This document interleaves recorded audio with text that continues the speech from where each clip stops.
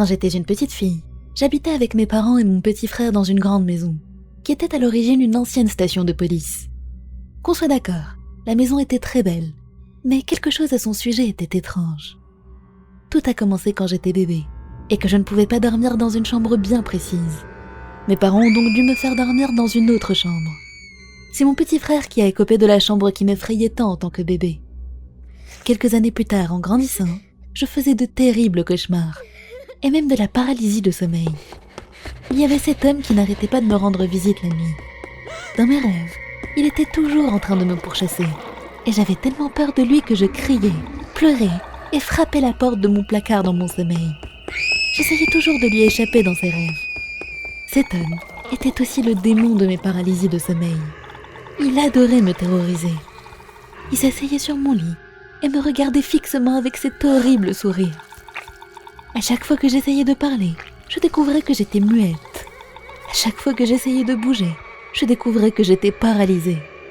La seule chose que je pouvais faire, c'était pleurer et prier pour que Dieu me vienne en aide. Mes parents non plus ne pouvaient pas dormir la nuit à cause de ce qui m'arrivait. Une nuit, mon père en a eu assez, alors que j'essayais de lui montrer que l'homme était juste derrière lui.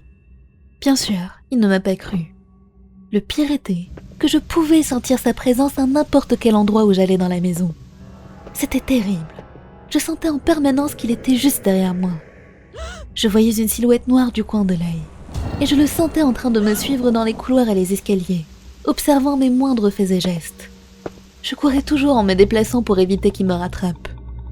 Quand je suis devenue adolescente, j'ai tout raconté à ma mère le concernant, dans les moindres détails.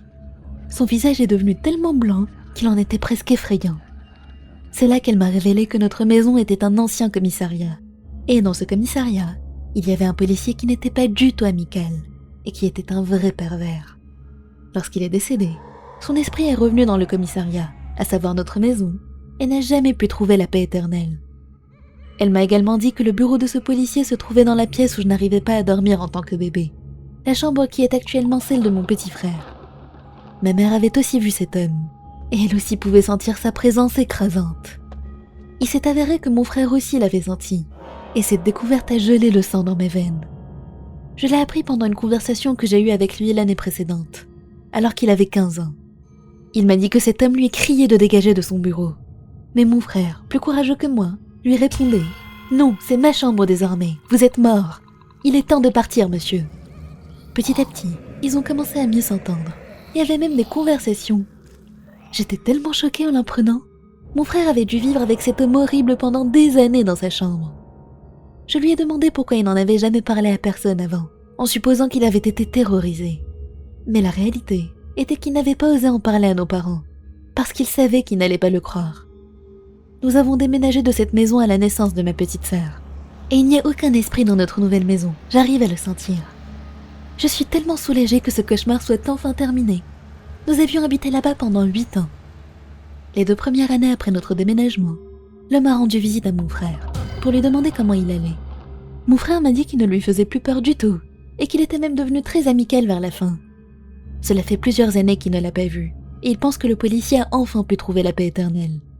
Quand j'ai entendu ça, j'ai eu l'impression qu'un énorme poids se soulevait de ma poitrine. L'homme était parti pour de bon. Mon frère et moi pouvons toujours voir les esprits à ce jour, mais celui de ce policier était de très loin le pire de tous.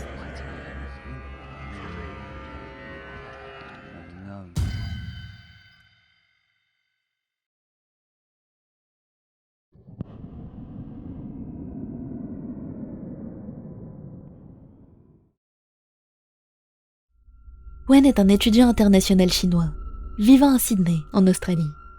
Il étudie l'animation et l'investissement, et travaille très dur tous les jours. Wen se souvient que pendant l'été 2021, il avait fini son travail à rendre, et était sorti faire un tour en voiture pour se relaxer.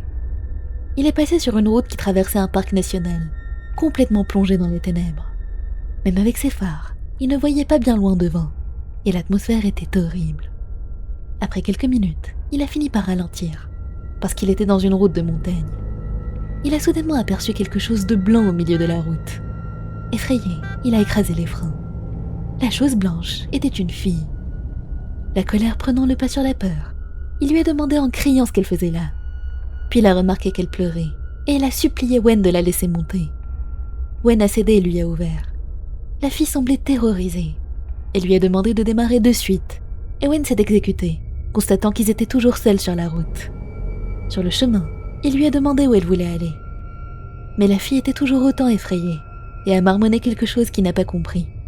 Ça ne ressemblait pas à de l'anglais. Pour la décrire, c'était une fille blanche de 17 ans environ. Elle portait un uniforme qui ressemblait aux uniformes de lycée. Wen a essayé d'engager la conversation, et après une demi-heure, elle s'est enfin détendue. Elle lui a dit qu'elle voulait appeler sa mère, et Wen lui a donné son téléphone. La conversation qui a suivi était dans une langue qu'il ne comprenait pas.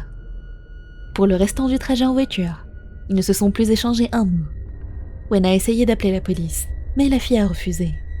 Pourtant, elle avait tout d'une victime.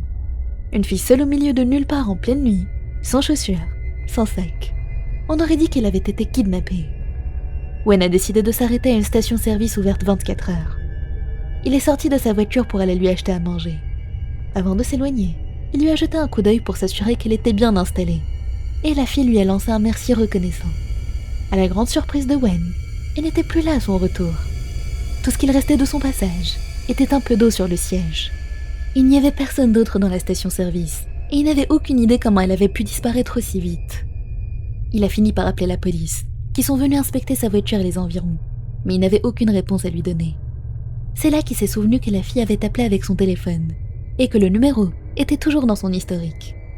Il l'a rappelé avec la police, et lorsqu'il a expliqué la situation, une femme en pleurs l'a traité de menteur et lui a dit de ne plus jamais la rappeler.